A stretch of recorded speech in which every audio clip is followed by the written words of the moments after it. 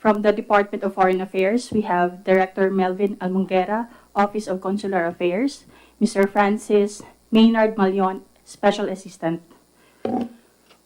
From the National Bureau of Investigation, we have Attorney Janet Francisco, Chief, Anti-Human Trafficking Task Division, Mr. Emeterio Dongallo, Jr., Chief, Special Action Unit, Mr. Joel Tovera, Chief, Anti-Organized and Transnational Crime Division. From the Philippine National Police, we have Police Brigadier General Alessandro Abella, Women and Children Protection Center, Police Colonel Robin King Sarmiento, PNP Parañaque. From the Bureau of Immigration, we have Attorney Tobias Javier, Deputy Commissioner, Mr. Fortunato Manahan, Intelligence Division, Mr. Grifton Medina, Port Operations Division, Attorney Arvin Santos, Head of Legal. From the Philippine Amusement and Gaming Corporation, we have Attorney Maylin Almonte and Attorney Jessa Fernandez from the Legal Department. From our local government units, from the City of Pasay, Mayor Imelda Calixto Rubiano is represented by Mary Chris Baliktar, Social Officer 3, and Tisha Ana Butcon, Social Officer 3. We also have Attorney Lorna Kapunan from the Kapunan and Castillo Law Offices. From our business establishments, we have Mr. Sherwin Celestial, President, Avida Towers Aston Condominium Corporation, Makati City, with Attorney Stallone Chowa, Corporate Secretary, Mr. Augusto Baramedo III, President at Avida Towers, Makati West, together with Attorney Alberto Garcia, Corporate Secretary. And from Go Hotels Parañaque, we have Ms. Cindy Castro, Area Operations Manager, together with Attorney Monica Villanueva, Corporate Secretary.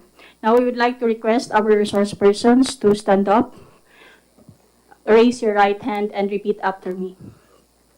I, please state your name, do solemnly swear to tell the truth, the whole truth, and nothing but the truth before this committee. Thank you. For the record, Madam Chair, all our resource persons answered in the affirmative. Thank you, Comsec, at maraming salamat sa lahat ng resource persons. I'll be acknowledging my fellow senators as they arrive later.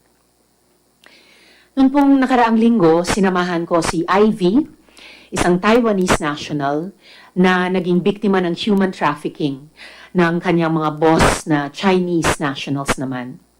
She was promised an advertising job.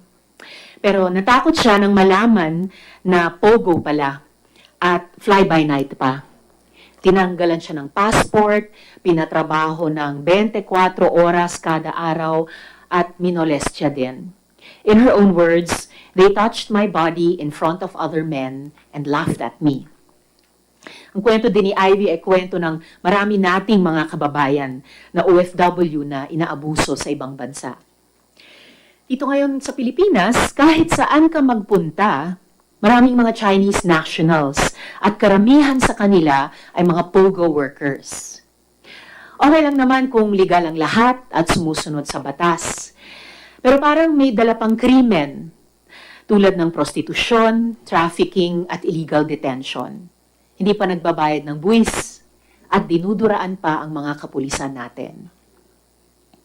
Gusto kong siyasatin sa hearing naman na ito kung papaano nakakapasok sa bansa ang napakaraming mga Chinese workers at mga Chinese women na biktima ng human trafficking na nabibiktima na rin ang mga sarili nating mga kababayan.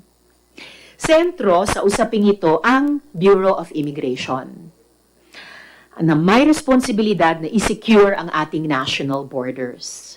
Sabi nila nung nakaraang hearing, and I quote, "Even the Chinese embassy and some Chinese officials are raising some concerns because ang ating mga immigration officers ay napakahigpit." Totoo kaya ito?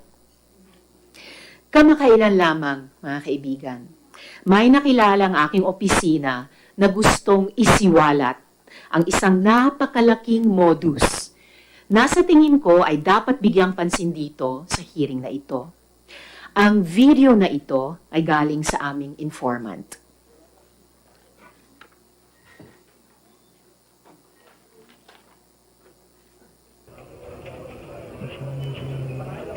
Follow me.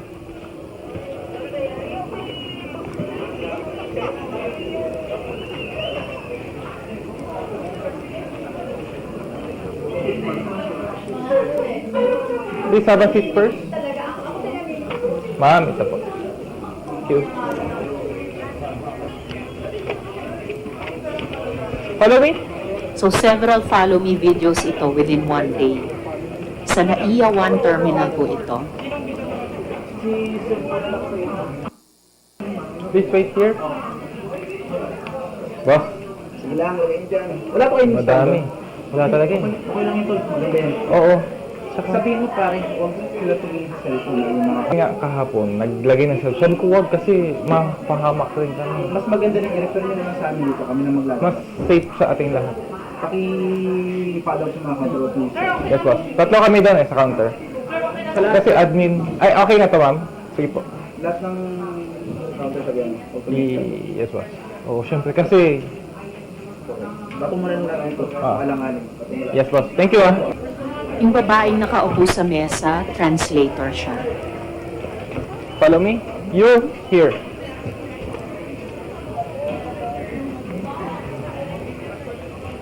Please wait. Boss, magkaga. Huwag Baujin kasama. Kasama to? Oo. Meron pa? Isa ko. Ah, isa-isa. O sige, para dalawa para mabilis. Ah, Si... May sumisilip pa ba ng cellphone doon? wala. Siyempre, ano eh. Good. Daga. Para kasama rin to. Ayan, para... Akin yan eh, di ba? Sakto sa'yo. Para at least two at a time. Ayos, sumisilip. Okay. Next is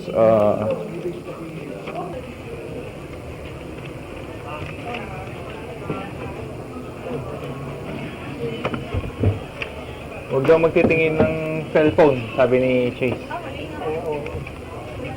Kasi, delicate.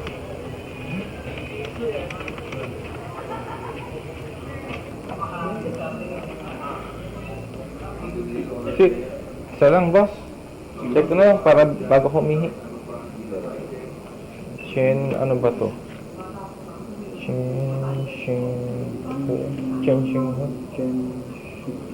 Para ano? Chen Sheng Hu. Kasama? Yes, sir. Sige, boss. Thank you. Okay. Chen Sheng Hu.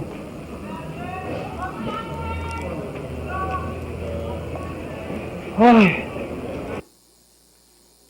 Uunahan ko na kayo, BI ha. Huwag niyo pong lolokohin ang mamamayan. Hindi po standard procedure yan. Huwag niyo pong i-deny sa hearing na ito na wala lang yan, no? Bakit parang may VIP escort pa itong mga Chinese nationals na papasok sa ating bansa? Sa katunayan, may guest list nga ng mga Chinese nationals na pumapasok. Ito ang ilang mga screenshots naman sa Viber group ng mga immigration officers. Yan, mahahabang listahan ng mga pangalan, nakadetail kung all flights sa mga specific na petsa, dito 15th January 2019. So a year ago, more than a year ago, may specific flight numbers, flight time, nung bawat pasahero, may mga komento dyan, baka po naka-hold na daw po. So ano yan? Ito naman po ay dating Viber group. Dating Viber group ng mga immigration officers kung saan pinapadala ang mga pangalan ng paparating na Chinese nationals. Kasama nga ang flight details. Minsan may kasama pang photos. Ayan. Minsan may kasamang photos pa. Bakit parang ang ating mga immigration officers ay ginawang welcome committee sa mga papasok na POGO workers? Yung mga Pilipino nga, ang hirap-hirap na makapunta sa ibang bansa, pinapahirapan sa mga immigration. Pero ang sa atin, parang karinderyang bukas sa lahat.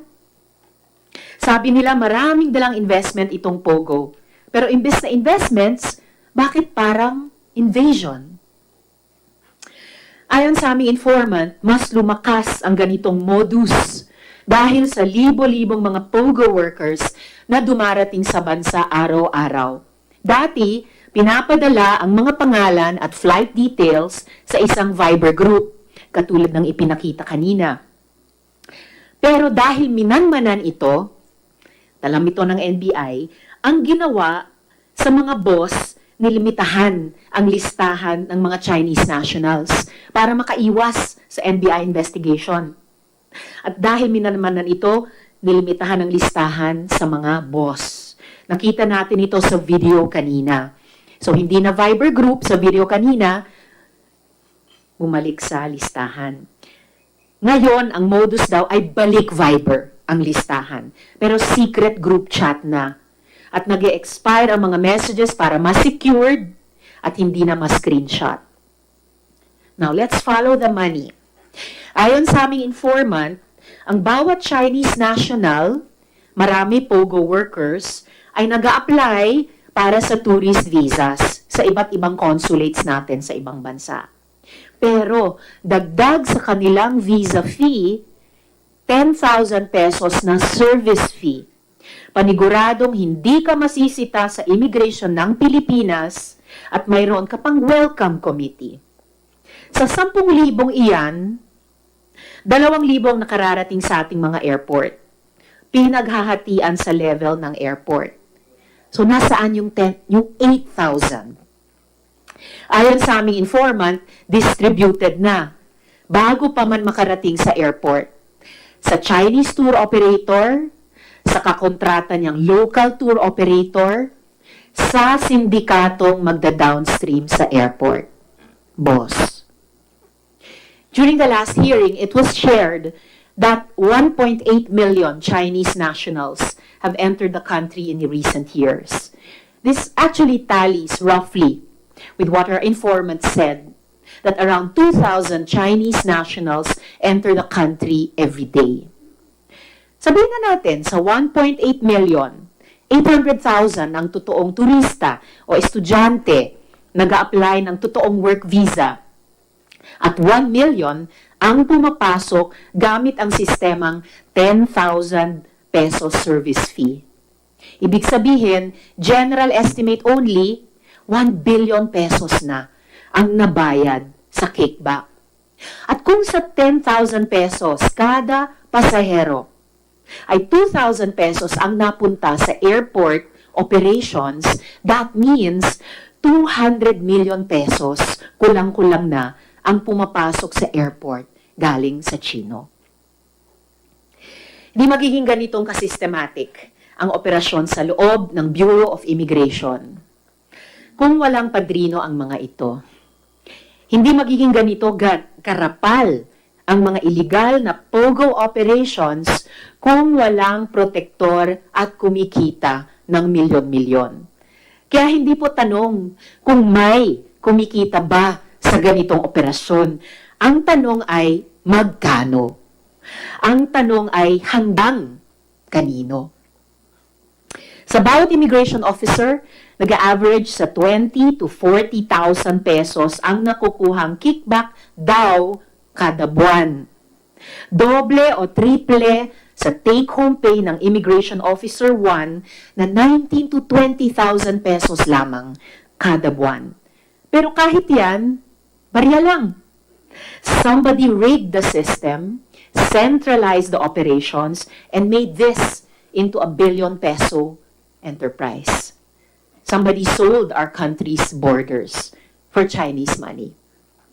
Ngayon gusto kong tanungin ang BI, isa-isa, BI resource persons dito. Alam niyo po ba ang pastillas? Attorney Santos, alam niyo po ba ang pastillas?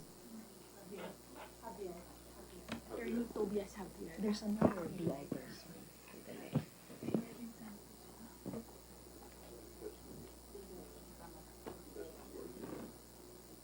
Attorney, alam niyo po ba, Attorney Santos, alam niyo po ba yung pastillas? Yung, opo, Your Honor, it's the sweets. It's a sweet. Attorney Javier, alam niyo po ba ang pastillas? Deputy Commissioner. Madam Chair, I think it's sweets from Bulacan. Getting more detailed. Sweets from Bulacan. Mr. Manahan, alam niyo po ba ang pastillas? Opo, Madam Chair. Alam niyo ang pastillas. Ngayon, gusto ko pong tanungin specifically ang head ng Ports Operation Division, Mr. Medina. You are, like the 3 other BI resource persons, under oath. Una po, kailan po kayo naging Ports Operation Division head? Late 2018 po, mga around around November. Late 2018, so November.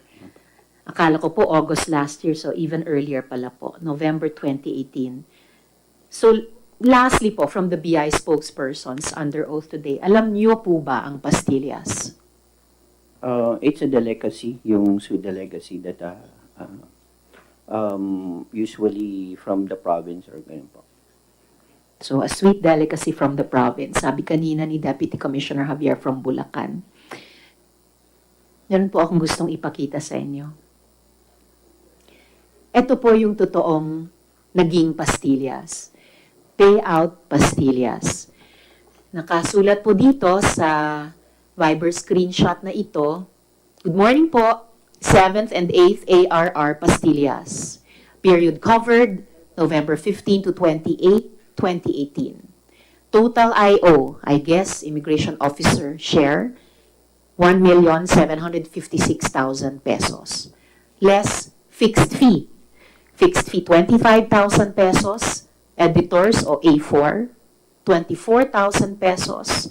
MISD, Yani, Maxi.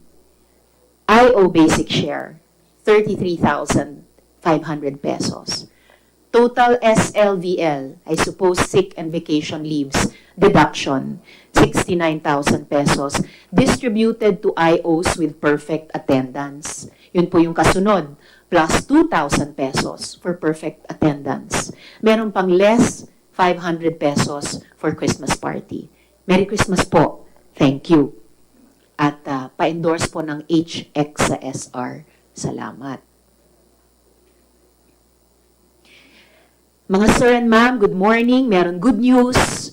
Nasa MISD lang ako sa arrival, care of, at may pangalang dyan, RG Garcia Ralph.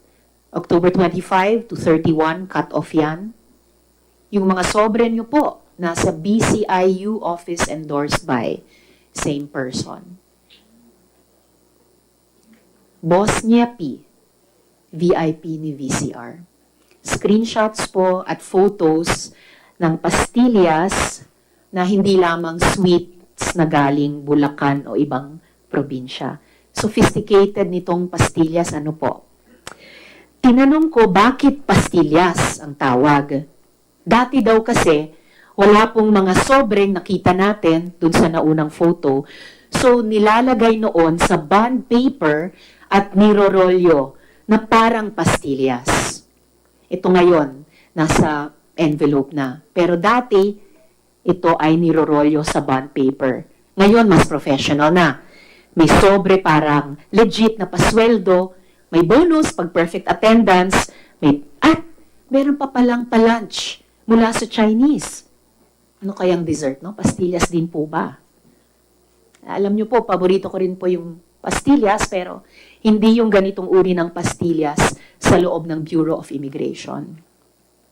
According to my informant, may specific na hatian pa ang pastillas na ito. Sabi ko nga kanina, 10,000 pesos na binabayad ng bawat Chinese national na pumapasok sa Pilipinas.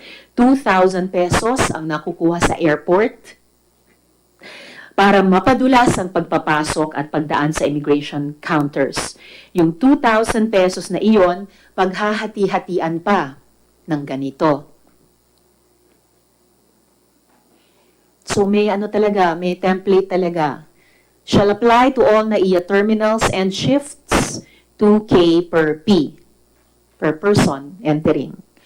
So DIS o yung duty immigration supervisor, I suppose, sa 2,000 pesos, 23.5% ang kaniya, 470 pesos. IO, immigration officer, at 32.5%, 650 pesos ang kanya. Sa TCEU, Travel Central and Enforcement Unit, 14%, 280 pesos. BCIU, Border Control and Intelligence Unit. So ito po ba ay sa ilalim ng Intelligence Division? Mr. Manahan, 12% or 240 pesos. OPS, operations o yung mga admin at clerical workers natin sa BI, 13%, 260 pesos. And to round it up, yung terminal head, TH, 5%, 100 pesos. Let's look at these different airport units and magkano natatanggap. Yan po, yung paghahati-hatian ng 2,000 pesos. May I ask authorities from our airport, are you aware of this? Aware po ba kayo dito?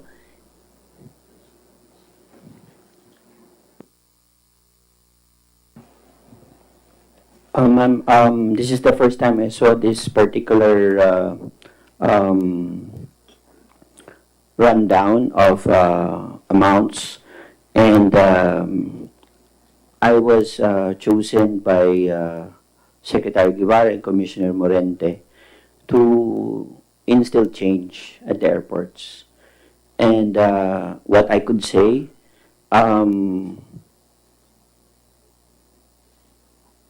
we instill reforms and took some officers away from the airports. They were reassigned. Some of them were charged. And we installed measures to combat corruption and these kinds of activities, not only in the arrival and also in the departure gates. I know it was a hard task that was given to me, but I took up the challenge, and it entailed a lot of attacks against my person, and but we continue to make strides. And what I could say is we do not tolerate these kinds of activities. People would bear me out by instilling important reforms in the immigration airports. When I started late 2018, I started taking heads or reshuffling, not only reshufflings, but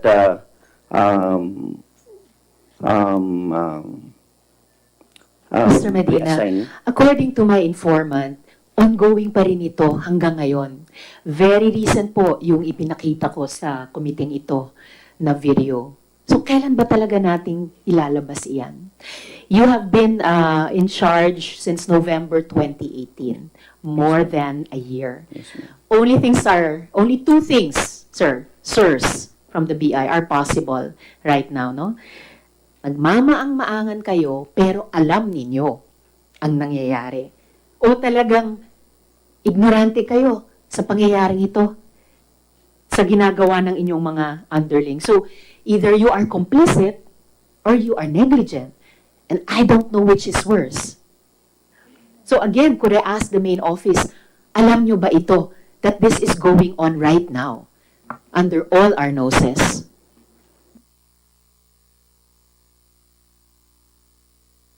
While you think about that, sir, I'd like you to take, all of us, another look at these Viber screenshots with the names of Chinese citizens entering our country.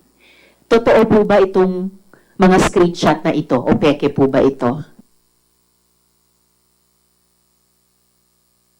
Very recent, sir. January 15, 2020.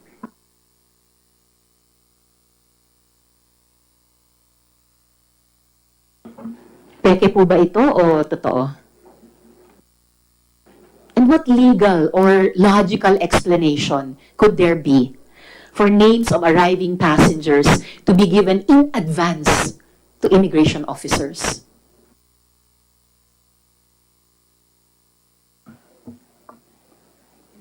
Ma'am, it's the first time I saw this, but what I'm trying to surmise, because with regard to the visa upon arrival, It's not processed at the airports.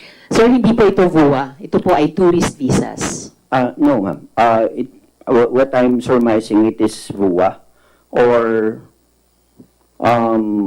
if... These are ordinary tourist visas na ayon sa informant ko, binayaran ng service fee na 10,000 pesos para madaling makapasok, no questions asked, sa ating immigration counters. Yeah. So, peke po ba ito or totoong mga listahan? It's the first time I saw this particular... It's the first time you've seen it. Yung mga pangalan po na nating mga Pilipinong manlalakbay, nasa Viber din po ba iyon pag parating tayo? Halimbawa, pagdating ko sa Pilipinas, because I've never seen what we just viewed now sa video. Pagdating ko po ba sa Pilipinas, pangalan ko po, nasa Viber din po ba iyon? No, ma'am. Oh. So, and I will subpoena the documents so that we can see kung VUA nga ba talaga o hindi. Gaya ng sinusurmise nyo. O tourist visas, gaya ng alam ko sa informant ko, itong mga mahahabang listahan araw-araw ng mga arriving Chinese nationals. And if I ask to see po the official documentation of arriving passengers on the dates in these Viber chats, would I be able to find matches? Yes, ma'am. As I long... would. Because, and if there are matches, mangangahulugan po na itong mga screenshot na ito didn't just come out of thin air. And therefore, as chair of this committee, I am I am subpoenaing the documents of arriving passengers on the dates of these Viber shots para mapatunayan natin kung ito po ba ay mga totoo talaga o mga gawa-gawa lang, mga peke. And kung talagang tourist visas ang hawak nitong mga arriving nationals or yung sinasabi nyong baka VUA sila, which I seriously doubt. Now, sir, I asked for information in the first hearing on the following. The numbers of Chinese single females traveling alone for the first time and their visas entering the country. And numbers of Chinese single females traveling alone for the first time leaving the country. Is this information already here this morning? I have, ma'am, the information. I'm just going to have it prepared because our arrival cards is really not in the custody of BI. Another agency collect this. And then what I did is Which agency, sir? Department of Tourism po. So kasi po sila po ang nag-provide ng arrival cards. They are the ones who, this is a MOA between BI and DOT, KIESA, to help us in printing several millions of the arrival cards. So the design and everything. And then sila po ang nagkukulik ng data. So every day, we collect it, and within a week's time, 3 days to 7 days, the Department of Tourism gets the arrival cards, and then I communicated with them after our hearing to get the particular data that you wanted, and then they were able to come up. However, yung single po kasi wala pong nakalagay dun sa arrival cards po natin na to indicate the status, only the sex or the gender, male and female, and the name and some of the address, those things. But they were able to generate the particular age bracket. At first, they said that the age bracket that they use is in accordance with PSA standards na 15 to 19, 20 to 24, 25 to 29. But I said, maybe you could generate, since nandun naman yung birthday, ng 18 to 25, and they were able to come up. And then, I'm just going to submit it this morning po.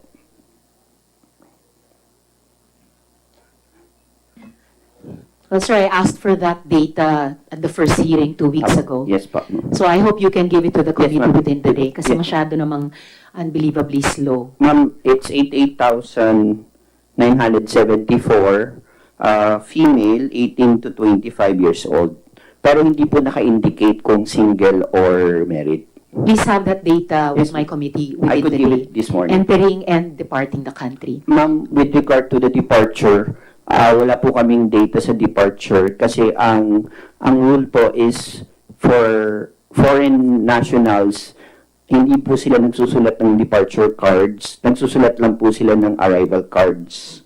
We have to find a way to close that data gap kung gusto nating siguruhin na hindi nare-recycle lamang yung mga either tina-traffic or ini-illegally recruit, whether tulad ng mga Chinang kasama ni Karina or tulad ni Ivy mula sa Taiwan. Before I leave this particular question, gusto kong balikan si Attorney Javier.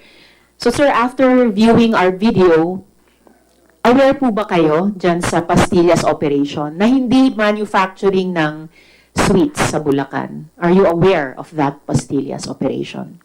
No, Madam Chair. It's the first time I hear about this so-called modus operandi done at the airport, and it's the first time also I see that sharing arrangement allegedly being perpetrated at the airport.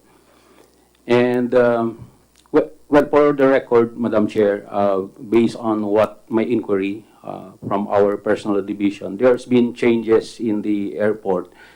In fact, the Travel Control Enforcement Unit head was replaced last year, I think mid of last year.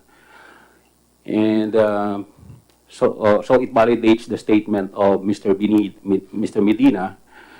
And secondly, Mr. Medina has been given full authority at the airport by Commissioner Morente to institute changes at the airport. And there has been personal changes there, especially in the supervisory level. But I guess based on what we heard today, there should be, I would be talking to Commissioner Morente to convene the board commissioners and take appropriate action in view of the video just shown this morning, Madam Chair. I suppose, Deputy Commissioner Javier, that's a good small first step dahil sabi nyo nga pinalitan nyo na yung TCEU nyo dati, but that TCEU is still in the hatian table. It's a computerized table. There's a template, ini-input lang yung share ng bawat immigration officer at the airport. Kasama pa rin ang TCEU as of these days. Just for the record, one last time, gusto kong tanungin ulit lahat ng mga BI resource persons natin. And could you just please state for the record, yes or no, are you aware of the pastillas operation, Attorney Santos? I am not aware, Your Honor. Attorney Javier, are you aware of the pastillas operation? No, ma'am. Mr. Manahan, are you aware of the pastillas operation? No, Madam Chair, I'm not aware po. And Mr. Medina, are you aware of the pastillas operation? So, sa changes po sa airport, hindi nyo po natunugan itong pastillas operation. Hindi talaga kapani-paniwala. And I hate to have to say this to resource persons, but please don't lie.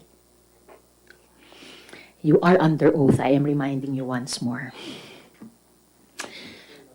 So, is it true? Batay dun sa isang photo that even lunch meals ng ating mga immigration officers used to be provided by Chinese companies? Mr. Medina? No, ma'am. When I took over, immigration officers would chip in money for lunch or for dinner because pag yung shift po nila, if in case merong occasion or may birthday, they're going to have a chip in money. But if what is surmised there is that it is provided by a Chinese travel agency or what, I'm not aware. And I would not tolerate that, ma'am. Well, thank you for that tip. Kung yung Chinese companies ay Chinese travel agencies, Actually, ang nag-chip in talaga dito, mga kumpanyang Chino, natigil lang recently dahil lang sa nCoV scare, sa COVID-19 scare. But these are true photos received from my informant. And you really see nothing irregular with the guardians of our border being fed by that largest population group entering our border. Hindi ba ito kahiya-hiya sa atin? Yes, ma'am. That's why we would not tolerate these kinds of activities. That is why we are instituting reforms. I know it's going to be a very hard battle for us, for me, but I'm trying my best, ma'am, to curb corruption. Unfortunately, I don't think collectively, no, kayo are trying hard enough. Kasi bakit hindi kayo aware, sabi nyo, sa pastillas operation? Eh, kung hindi kayo aware, di umano sa malaking operasyon na iyon, so hindi kagulat-gulat na sasabihin ninyo hindi kayo aware sa ganitong pagpapakain ng mga Chinese companies or travel agencies. And according to our informant, who I am preparing to present to the committee, this food system is ongoing until literally 2 weeks ago. Kasabay actually nung pag-suspend nyo ng pag-issue ng VUA, pero dahil sa nCoV o COVID-19 scare, ganun din po ang timing nitong pag-suspend ng pagpapakain ng mga kumpanyang Chino sa ating BI personnel. But you know, I have to say, for the record, that I sympathize with our Bureau of Immigration personnel, our personnel. I know they work long hours with very little official take-home pay, lalo na pagkatapos tanggalin yung kabuang overtime pay noon. At sa totoo lang, katiting lang ang nakukuha nila na extra.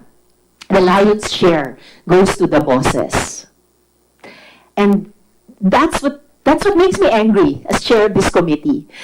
Na pinapapasok nyo ng bureau, kapalit ng pera, ang mga umaabuso, kina Karina at kina Miss Ivy. And if this is proven true, you will be liable under Section 3B of the Anti-Graft and Corrupt Practices Act for receiving monetary benefit in exchange of facilitating the entry of Chinese nationals within our borders. At hindi lang yan. Maaring ding liable, ang mga liable, sa ilalim ng Anti-Trafficking in Persons Act, RA 9208, Sections 5D and E, which penalize the facilitation of ingress or egress through our borders for human trafficking. Bago natin iwan yung mga video at photo evidence na ito, kilala niyo po ba yung mga nasa video kanina?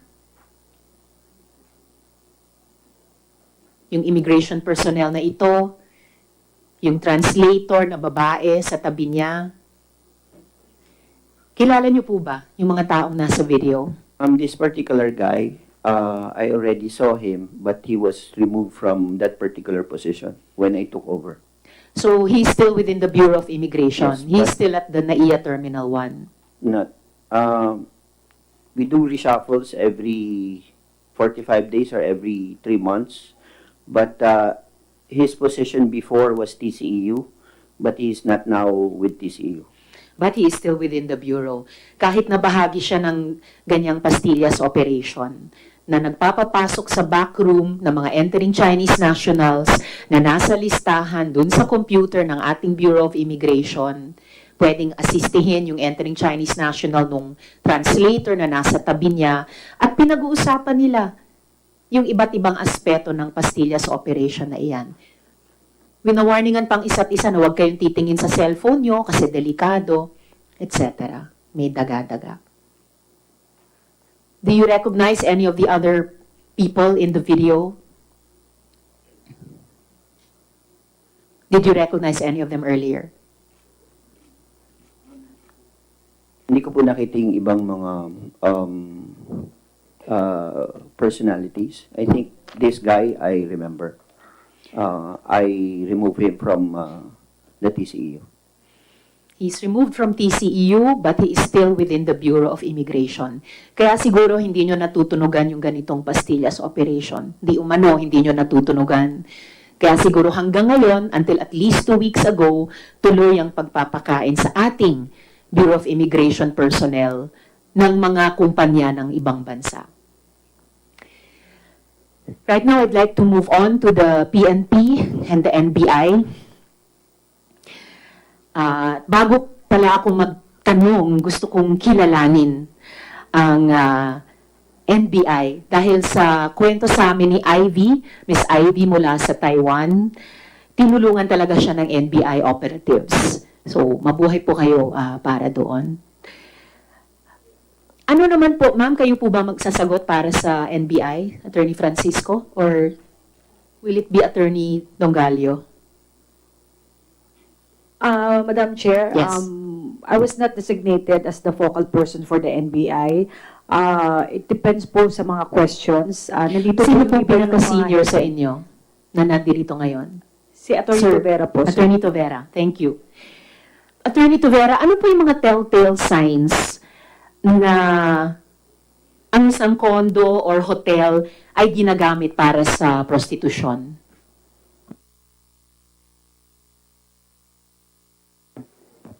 Good morning, Madam Chair and my co-resource persons. Ayon po sa aming experience, dahil ang NBI po ay divided into so many divisions. Doon po sa akin, na pinamumuna yung Anti-Organized and Transnational Crimes Division. Yung mga telltale signs po na nadiscover natin ay yung very frequent po yung in and out of Chinese nationals. May mga nagsasabi rin po doon sa malapit sa hotels like taxi drivers na parang market, wet market ang isang hotel na yan. Kasi maghatid sila ng isang customer, after an hour lalabas, may darating na naman na ibang customers. And ito po ay nangyari during our first weeks of operation last year. Unfortunately, this year, nag-evolve na po yung mga syndicate spearheading the prostitution business. Ginagawa po nila ay nagpapabook sa isang hotel. Kung pupunta na po yung ating post or customer doon, sasabihin nila, pumunta kayo sa ibang hotel. Pero may booking na po yun, ma'am. And bihira na po kaming maka-aresto ng maraming operators and pimps kasi limited na po yung tao na kanilang dinedeploy. Depende po sa customer, kung isa lang po siya, bibigyan lang po siya ng isang babae. And most of the time, to avoid apprehension, they will just send the photos of the sex victims, the lady prostitutes, on the cell phones para po doon mamili po yung customer. Pag nakapamili po yung customer, that's the time na sasabihin nila, pumunta ka sa hotel na ito at itong room na ito. Wet market talaga, no? Talipapa. That's Tulad the ng term of ipinakita the, yes, opo, yung mga Viber at saka WeChat screenshots ng unang hearing na bumibiktima sa mga trafficked and prostituted Chinese and other women, pati mga Pilipina tulad ni Karina. So talagang parang bagay, parang gamit, tinuturing produkto yung mga babae. Later, I will also ask the PNP kung ano pa yung nakikita niyong mga telltale signs na ginagamit sa ganitong prostitusyon, yung mga condominiums or mga hotel. Pero tanungin ko rin muna po sa NBI din, pwede nyo rin po bang i-discuss sa komite yung investigation nyo sa BI at sa mga airports kaugnay nitong prostitution, trafficking, or illegal recruitment? In my case, Your Honor, I always coordinate with the Bureau of Immigration whenever we conduct an operation. Other matters pertaining to the influx of Chinese nationals in the country, we have our NBI Anti-Human Trafficking Division and the International Airport Investigation Division in the International Airport, Your Honor, to which I am not privy to whatever record or findings they have, Your Honor. Thank you, Attorney Tovera. General Abella, kayo po ba magsasalita sa PNP? Muli? Alright, so Police Colonel Sarmiento, ano pa po yung mga tanda na ginagamit ang isang hotel or condominium para sa prostitution? Dahil tulad po ng NBI, ang PNP rin ay nagsasagawa ng mga raid, rescues at arrests mula pa nung nakaraang taon. Magandang umaga po, ma'am. Sa experience po ng Parañaque City Police, usually itong mga parokyano ng mga ganitong establishmento ay hinahatid ng mga van. Ang nagbibigay po sa amin ng mga information ito is karaniwan yung mga security guards at saka yung mga barangay officials. So sa napansin nila, although po yung mga buildings usually mga transient po talaga yung mga Chinese na nandoon, pero ang napansin po ng mga security guards at mga barangay officials, hindi regular na pumupunta ron yung mga parokyano. Pagka napansin nila na iba-iba yung laman, hindi na nila nakikilala, yun po ang nagbigay ng timbre sa amin na ito po ay mayroon ng operation ng ganong klaseng aktibidad. At sa tingin niyo po, Colonel Sarmiento, alam po ba ng mga hotel na to, ng mga condominium na to, na meron ng sinasagawang prostitusyon sa loob ng premises nila? Hindi ko po matiyak, ma'am, pero palagay ko po hindi naman magiging kaila dahil may mga security guards din sila ron, may mga maintenance crew sila na maaaring magbigay ng informasyon sa management. NBI po, Attorney Tovera, sa tingin po ba ng Bureau ay alam nitong mga establishments yung sinasagawang krimen sa loob nila? We conducted further investigation on the areas we raided, Your Honor, but they denied having knowledge of the prostitution den that is being converted by the syndicate. However, we are of the opinion that they have knowledge because they have all the means, they have all the time to check what's going on in their hotels. In fact, they were surprised whenever we conduct raids, they're denying at first that there is an ongoing prostitution activities there. But the moment we open the door, because our asset is already there, to their surprise, that uncooperative mode of theirs becomes cooperative to the point of opening all the doors of that hotel. We even discovered a hotel in Makati wherein the syndicate occupied the whole floor of that hotel. Likewise, in Las Piñas, we raided a condominium type building where the prostitution activities is being conducted or being done in 2 stories of that condominium building, Your Honor.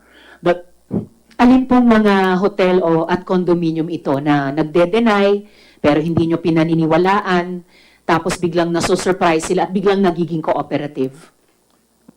May mga, yung hotel po na yan ay itong Eurotel. Yes, Your Honor. Minsan po yung na mga na-read din po ng mga kasamahan namin, nasa report po na isinabmit ng aming pamunuhan dito po sa committee ito. Yung sinabmit na ng mga pangalan ng mga hotel at condominium, so nasa aming komite na, can you state for the record aling mga condo at hotels ito? In my case, Your Honor, we raided condominium hotel in Las Piñas. It was occupied by a Chinese group. Actually, we are conducting an investigation on that. We issued subpoena. They will be scheduled to appear in our office next week. In Makati, we raided in particular the St. Guys St. Giles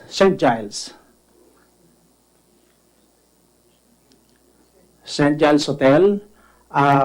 We also raided the Red Planet, Eurotel. In Pasay, we raided Midas. And I believe some of my colleagues here raided also various hotels, like, like Okada, other KTVs in Metro Manila, Your Honor. Thank you, Attorney Tovera. Interesting yung ibang mga pangalan, no, talagang konektado sa online and other forms of gambling. At this point, gusto ko munang i-acknowledge mga additional resource persons. Thank you for your presence. OIC ng City Social Welfare Development Office ng Parañaque City, si Ms. Marisa Neri Escalera. Yes, ma'am, thank you. At yung Head Agent, Chief ng Special Task Force ng NBI, Mr. Gerald Heralde. Salamat po, sir, sa tulong nyo kay Ms. Ivy. Apo. So, something deeply appreciated by my committee. Mamaya, tatanungin ko rin po yung ating mga ilang resource persons na nandirito from the hotels and condominiums sector. Sayang, may mas marami po kaming inimbita, but thank you dun sa those who actually showed up. Pero gusto ko munang tanungin yung mga taga-PAGCOR. Will it be Attorney Fernandez or Attorney Almonte to speak for the corporation? Attorney Almonte. Good morning, Your Honor. It will Good depend morning. to the question, Your Honor. Kayo po? It will depend, Your It will Honor. depend on the question. But sino po ang senior sa inyo sa corporation? Same pay grade, Your Honor. Same pay grade. All right, but since you took the mic first, please indulge me, no? Nung pong hearing naman ng Senate Committee on Labor, chaired ni Senator Joel Villanueva, it was stated that there are 59 PAGCOR registered POGOs and 229 registered POGO service providers. So, accurate pa rin po itong data na ito? As of now, Your Honor, we have a total of 60 POGOs and 236 service providers. Alright, so parehong nadagdagan ng kaunti. Ang sabi din ninyo noon, nung sa hearing na iyon, mayroong mga 700 Chinese fugitives within these legal POGOs. So within these 59 or 60 PAGCO registered POGOs. Accurate pa rin po ba itong data na ito? So this was taken from the minutes of that hearing of the Committee on Labor. Madam Chair, I believe it's the data from the Bureau of Immigration, the fugitives from the illegal online gaming and licensed online gaming companies. But this one was supposedly 700 Chinese fugitives within legal POGOs. Tama pa po ba yung, could I ask the BI, tama pa po ba yung data na iyon? 700 fugitives within legal POGOs? Madam Chair, yung fugitive status po, it's because yung Chinese government, Chinese embassy, canceled their passports. So they were declared as fugitives po, and undocumented. So itong 700, undocumented pa rin, tapos andito pa rin sa mga legal POGOs? They were arrested on a series of BI-initiated operations. Yung malalaki last year, yung the 300 something and the 500 arrested subjects, na-deport na po yung mga Chinese nationals. We still have one big operation that was conducted last December 19 to be exact. It's 342. They're still awaiting for deportation, Madam Chair. So yung 700 lahat, or 800, kasi sabi nyo 300 and 500, lahat na deport na. Pero may bagong 342 na nasa custody pa rin ng Bureau. Hindi po lahat. Siguro mga yung sa 300 and the 500 po, mga 90% po na deport na. Pero the 342, all the 342 are still here awaiting for the deportation po, Madam Chair. Understood. Back to PAGCOR po, Attorney Fernandez. So ito yung pinag-uusapan natin yung mga legal, mga PAGCOR registered POGOs. So in the magnitude of about, sabi niyo ngayon 236. Do you also have an estimate of the number of illegal POGOs? Right now, ma'am, we don't have the data of the illegal online gaming operators. We have a mutual cooperation agreement with the National Bureau of Investigation and the Philippine National Police, and we are supposed to receive information from them on the number of illegal operators that they have apprehended po. Interesting lang kasi, attorney, no, na 60 POGOs ang legal ayon sa pagkaalam ng PAGCOR, pero DOLE, lumabas din sa Senate Committee on Labor hearing, DOLE inspected 147 POGOs.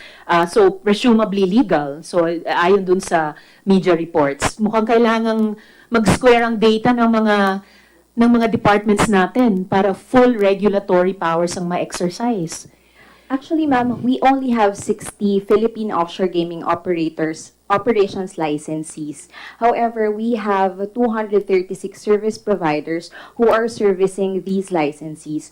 So it's actually accurate that DOLE could inspect more than 300 sites. So, ibig sabihin yung iba dito ay POGO proper, yung iba ay service providers dun sa mga POGO. Yes, ma'am. Actually, we only have 10 Philippine-based, Philippine offshore gaming operators, and the 50 are foreign-based operators. So the 236 service providers are all domestic corporations located here in the Philippines. All right, I might have to get back to you on that a little later. Matanong lang quickly sa NBI at saka sa PNP, kayo ba, yung mga institusyon nyo, meron na kayong mga bilang ng mga illegal POGOs?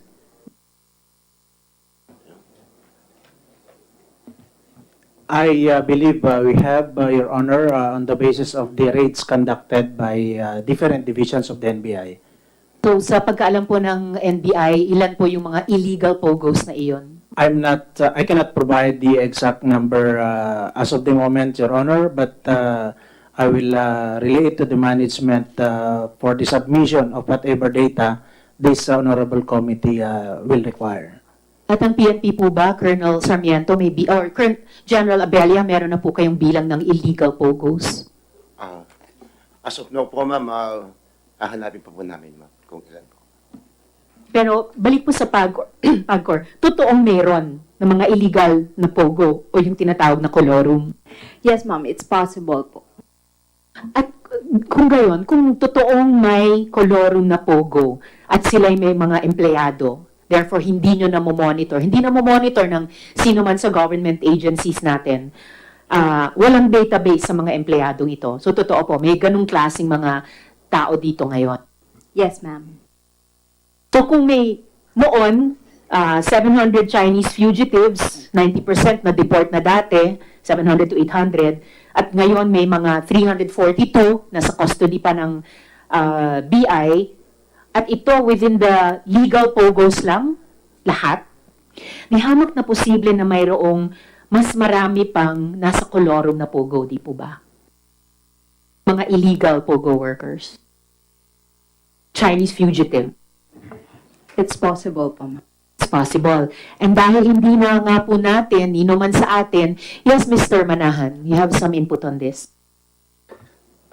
Madam Chair, for clarification lang po, the big mass arrest po na nangyari last year, it's not related to POGO. It's illegal telecommunication fraud. The reason, which is the 342 that was where the operation was conducted, December 19, it was coordinated with PAGCOR for the arrest of the 342 illegally working under the telecommunication online business, telecommunication fraud po. Telecom fraud na hindi online gambling. It needs to be established po, pero it's more of telecommunication fraud. Well, sir, if it needs to be established, I mean, gaano ba kahirap sabihin na POGO ito, lalo na umuusbong siya, di ba? Hindi, mahirap bang sabihin na online gambling ito? Kung telecom fraud, medyo malapit na. Pwedeng maging pinsan o kapatid ng POGO o POGO mismo. Madam Chair, the company is under license of PAGCOR, but they're not supposed to be they're not supposed to operate yet. So we coordinated the matter with the PAGCOR.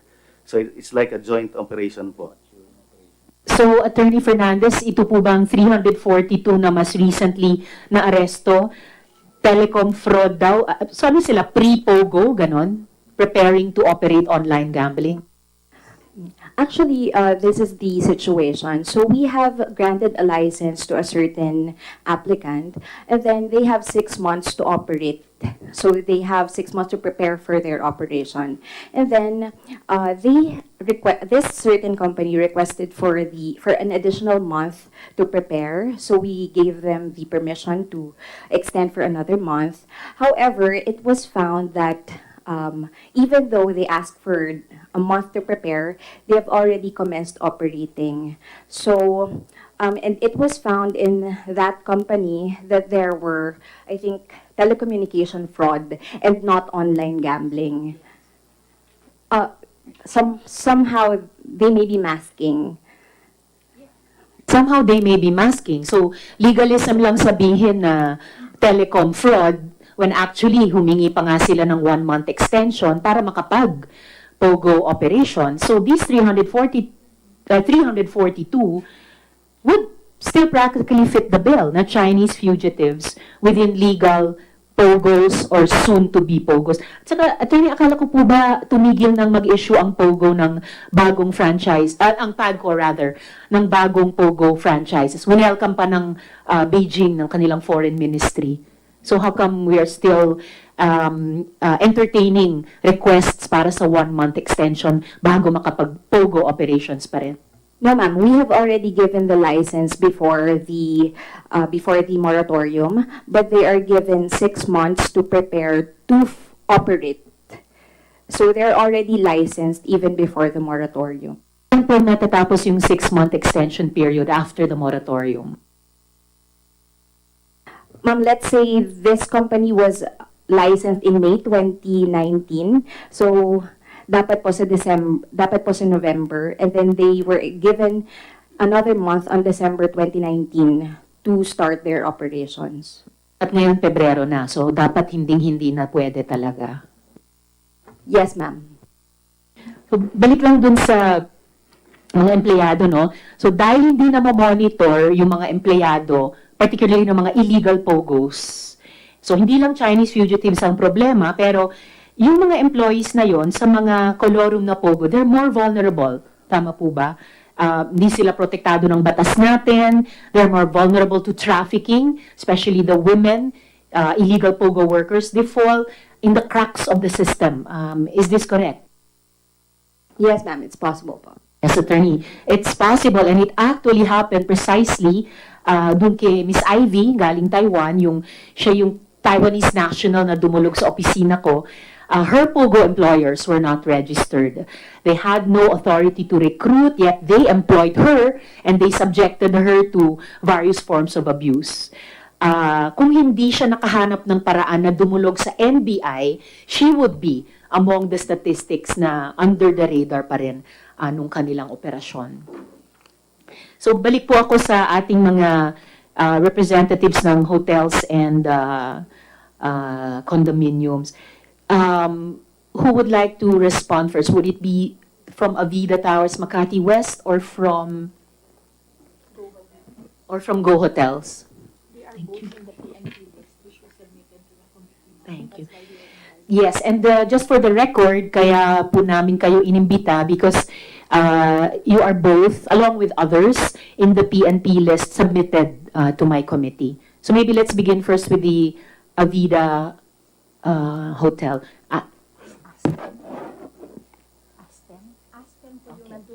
Yung nasa list was the Avida Aston Hotel. Can you speak for the Avida Aston Hotel? Yes, Madam Chairman. Thank you, Attorney Choa.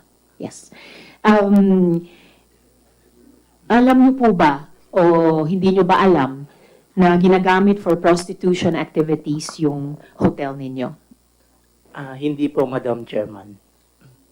Hindi nyo alam pero na-identify po kayo sa hearing and nasa listahan nga po ng PNP list submitted to the committee. What precautions, if any, do you take to ensure that your hotel is not used or even inadvertently used for POGO-related prostitution? Madam, yung sa amin po is a condominium. With what happened,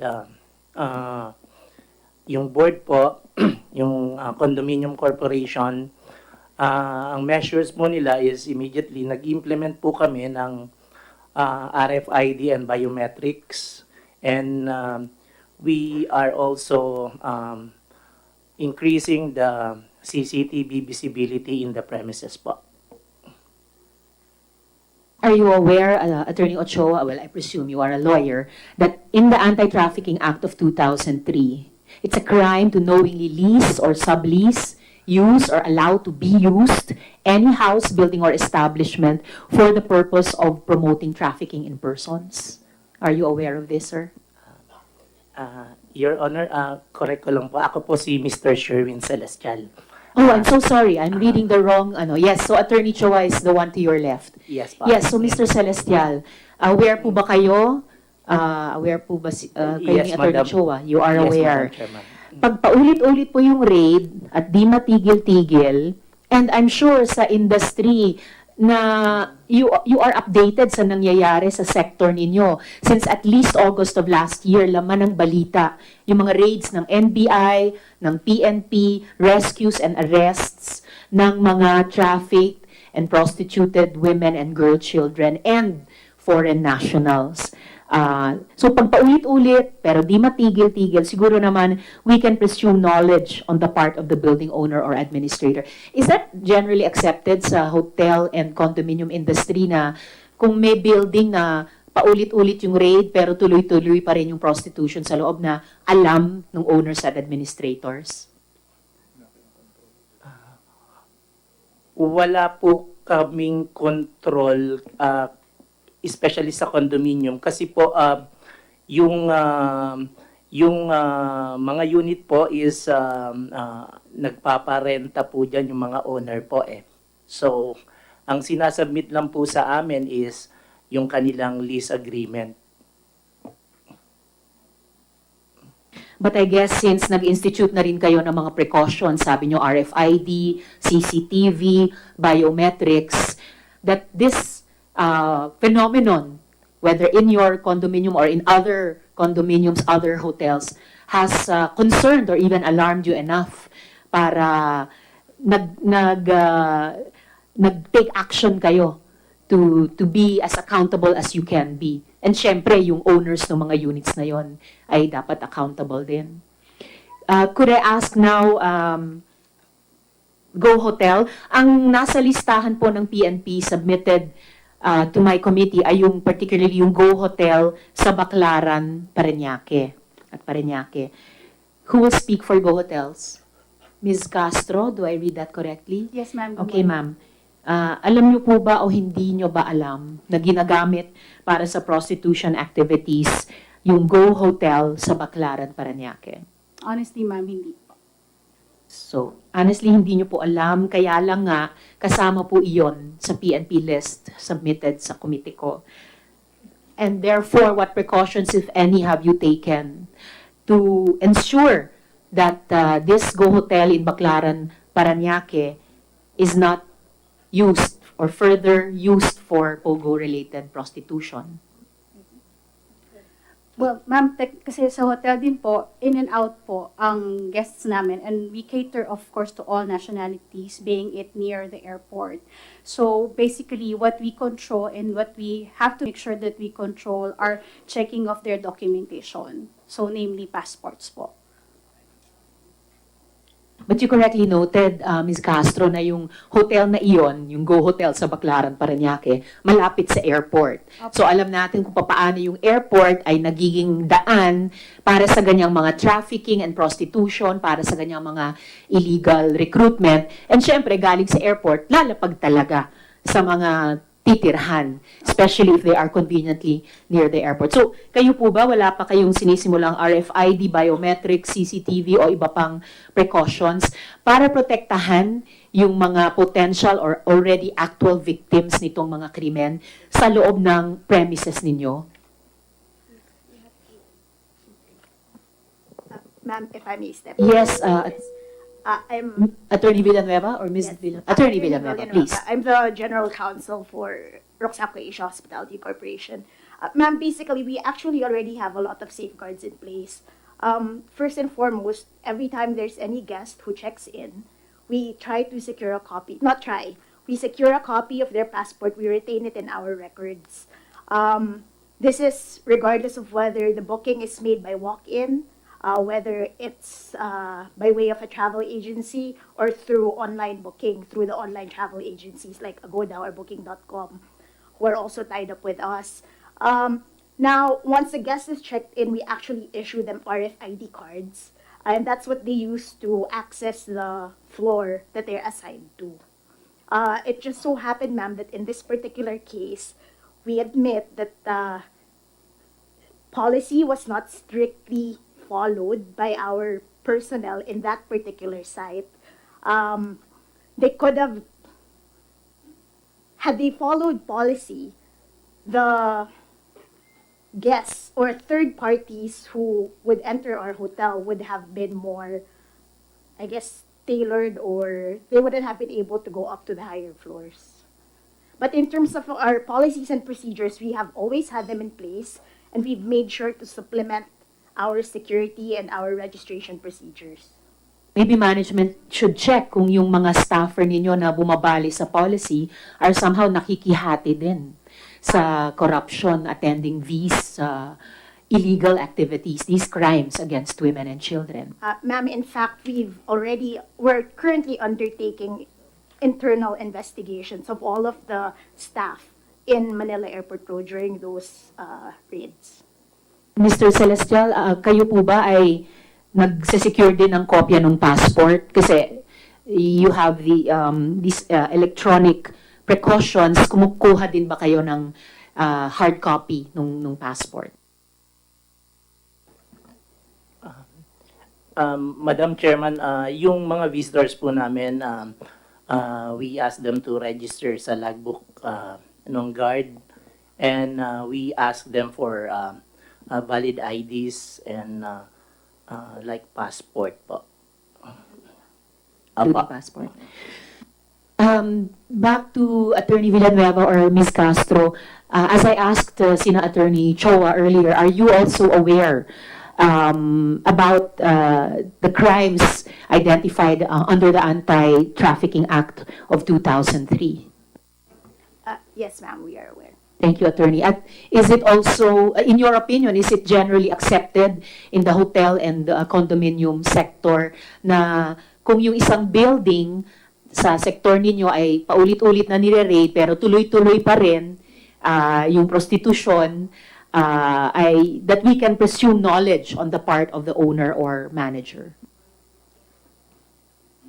Your Honor, as a general rule, yes, we have. As a general rule? In our particular case, however, I would just like to point out that from the first raid, we already took measures to ensure that it doesn't happen again. And then by the second, when another raid was conducted in just the span of 2 weeks, I think it involved 2 groups. We immediately checked out everyone who was in that floor. We took all measures to make sure that it doesn't happen again. But for other hotels who are not like you, na kahit na raid na sila, pero paulit-ulit yung ganitong mga krimen necessitating more raids from PNP or NBI, we could presume na alam nila. Tama po ba yun? It could be presumed, yes. It could be, as a general rule. Yes. I think so. I think it's reasonable. Sabi din po kasi ni Karina, yung isa naming witness sa unang hearing, Nakakapasok siyang madali sa mga hotel o condo, di siya hinaharang. Kasi pinabibihis daw siya ng desente, ang expression nga nila parang attorney, para hindi harangin sa front desk. Pag mapatunayan na alam na ang underage prostitution ay nagaganap sa establishment, in addition to anti-trafficking, liable din sa ilalim ng Republic Act 7610. Alam po ba yon sa mga hotels at condominiums? So, I see the representatives from Go Hotel nodding. Alam din po ba ng Avida Hotels ito? Alam din po ng Avida Hotels. All right. Last but not the least, for this hearing, I began with the Bureau of Immigration. I'd like to end before suspending with our NGO, and private sector, legal sector resource persons. I'd like to address this question to Attorney Kapunan.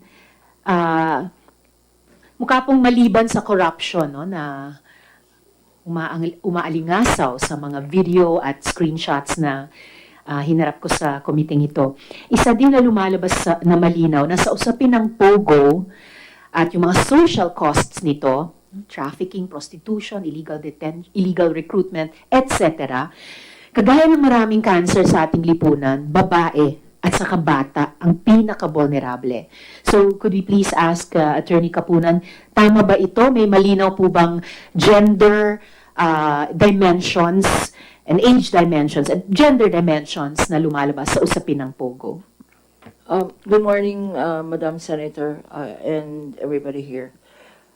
I've been a practicing lawyer for 40 years, and truly, human trafficking, women trafficking, is a crime against humanity.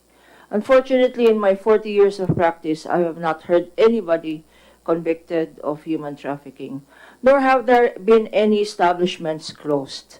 Directly addressing your inquiry in aid of legislation, Madam Senator, may I just make 4 very direct comments? First of all, my personal view here is the issue of POGO is a matter of political will. China itself does not allow POGO operations. In fact, it has confined operations, gaming operations, to a administrative territory which is Macau. The question therefore here is, why are we allowing it in the Philippines? And we have seen from various inquiries of DOLE and the Senate, of course, especially this committee and the Committee of Employment, that the root cause is really the allowance of POGO operations in this community. So like with all evils, you don't cut the branches. You uproot the cause of the problem, which is allowance of POGO operations. So I hope that this committee will recommend in due time that the POGOs should totally be banned and declared illegal in this country. My second comment here is, it is apparent from 3 hours of this Senate investigation that the various government agencies do not appear to be talking to each other, Madam Senator, and there appears to be lack of data sharing between the various government agencies. PAGCOR has data which it does not share, apparently, with the NBI, PNP, and the Bureau of Immigration, and the various government agencies do not appear to be sharing data, which leads us probably to pastillas, no? Because ignorance is bliss. Ignorance is, we're not blaming the people here, but maybe there should be a more active sharing of data, because you do not need to reinvent the wheel. I'm not suggesting the creation of another interagency committees, because one of the evils in this country is there are too many interagency committees, as we have seen from our disaster committees. Instead of being quick to response, the opposite has been created. On the issue, on the third comment, Madam Chair and Madam Senator, I think like there is a law 7610 which specifically provides for a presumption of guilt. And I suggest that our human trafficking laws, as regards hotels, condominiums, village associations, adopt a presumption of guilt. In 7610, when a foreigner or a person of age is seen with a minor in an establishment, there already is a presumption of guilt. Because what will you do with a 16-year-old or an 11-year-old or a 10-year-old in a bar? So the presumption of guilt is provided by law instead of a presumption of innocence. It is now up to, in this situation, Madam Chair, since you very aptly mentioned presumed knowledge, I think it's not only presumption of knowledge, it should be a presumption of guilt. And let the hotel or the condominium or the village association or in fact the owner of the residence prove his innocence.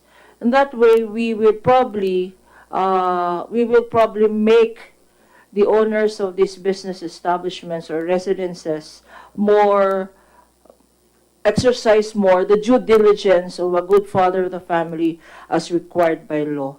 So instead of shifting the presumption of guilt to the prosecutors, I think we shift the presumption of innocence or proving their innocence to the owners of this establishment. That way, we can probably demand a higher degree of compliance. I think no amount of CCTV machines, no amount of spending on security guards will solve this problem. It should hurt where it counts, and that is their pockets. So other than a joint and several liability criminally, I think there should also be a civil sanction for owners of these establishments. Lastly, the statistics will show that we are the fourth country, highest country in Asia, where we have sex trafficking. And this has been compounded by social media, because there is now pornography online. You can now order online, either through there is now cyber pornography. There is also the use of the various applications. And so I would suggest also from my experience, not only in my various NGOs, I used to be chair of the UN Women in the Philippines before it got absorbed by another group. And I have seen that the reason that this practice continues to perpetrate is the court congestion, Madam Chair. There are not enough courts that will prosecute this. There are not enough prosecutors that are assigned. There are not enough POW to assist in the prosecution or defense of these cases. I therefore suggest, as a last suggestion, the creation of special courts. The creation of special courts so that a victim does not need to line up with 60 other cases in a court calendar, which are mostly really possession of or use of drugs. So bago pa matawag yung kaso mo, tapos na yung oras mo. And from my experience also as a practicing lawyer, if your case is called today, the next time it will be calendared is 6 months from now. Ganyan ka-congested ang ating courtroom. So, my last suggestion, Madam Chair, and thank you for your time, is the creation of special courts that will address human trafficking. And perhaps we should expand the definition of human trafficking to include not only women, sex trade, not only cyber pornography, but these operations of POGO establishments. Thank you very much, and let me take this opportunity. I have not said this public before, but thank you very much, Madam Senator, for safe space law. And I'm looking forward to finally the passage of an absolute divorce law in the Senate. Maraming salamat po. And I know it's very difficult for all of us here. We in the private sector fully support the efforts of government. I have worked closely with the NBI, the PNP, and also our Bureau of Immigrations. Perhaps also, as you tackle the budget, I know it is not initiated in the Senate, but in the House. When we're talking about immigration, we're really talking about border controls, Madam Chair. 7,100 islands. How much do we pay for our Coast Guards? Let us not blame our airport officials because there are various points of entries into this country. In fact, I would imagine that some of these women could even be smuggled in or enter our coastline in many various ways. So, in the same sense that we smuggle in goods, we smuggle in human beings, and therefore perhaps the appeal should be really for us to increase the budget, not only of our immigration officials but our Coast Guards, because we're thinking of our Coast Guards as defending our territory, but we should perhaps think of our Coast Guards or our coastal authorities as defending our women and children and defending against human trafficking, which is more valuable than commodities. Thank you, Madam Chair. Thank you to Attorney Kapunan. Bago ko isuspend itong hearing with a few parting words, my staff just saw something online na gusto kong itanong sa ating mga LGUs. Photo po ito along one of our main thoroughfares, advertising a readily available letter of no objection. Business permit. Letter of no objection, business permit. In large Mandarin, I suppose, script with contact information. Ano po ba ito? Pag ito po nakita ng Pasay City Government, ano po yung magiging opinion nyo dito? Ano ba to? Para ba tong VUA na naman, yung dating VUA, ito naman for a business permit? Letter of no objection, business permit. Could you comment on this? This was seen along the Skyway northbound. Meron po ba dito pwede mag-identify kung nasan ito? Mukhang bagong billboard ito o bagong tarpaulin. If no one can identify where this is, pwede bang mag-comment ang Pasay City LGU kung aware na ba kayo dito at ano yung magiging opinion ng isang city government dito sa Pilipinas tungkol sa ganyang advertising?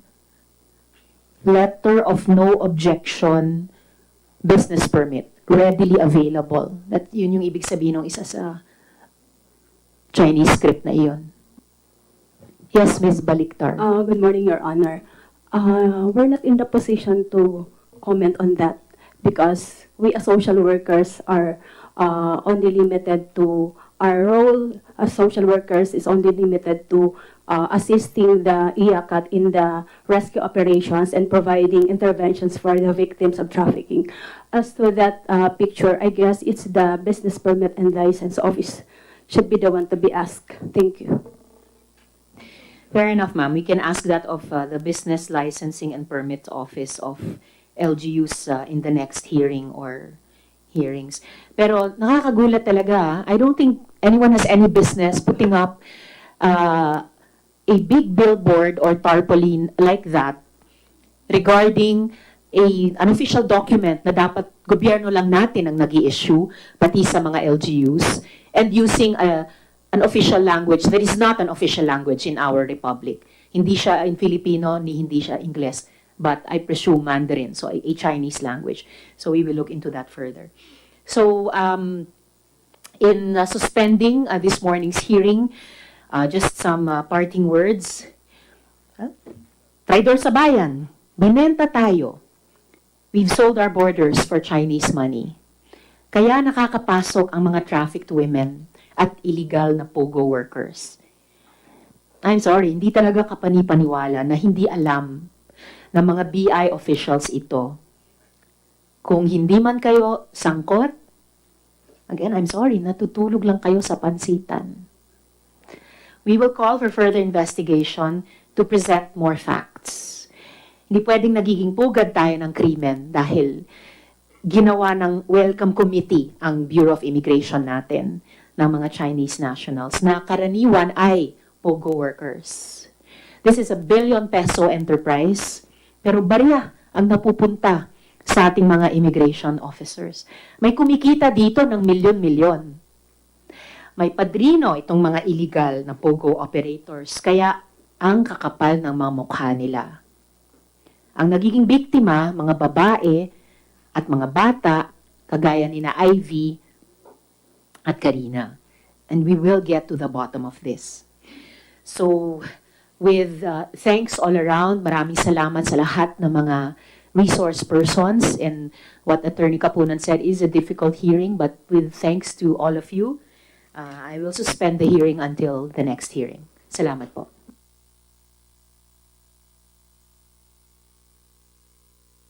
We would like to request our resource persons and other attendees to please stay put as lunch will be served. Thank you.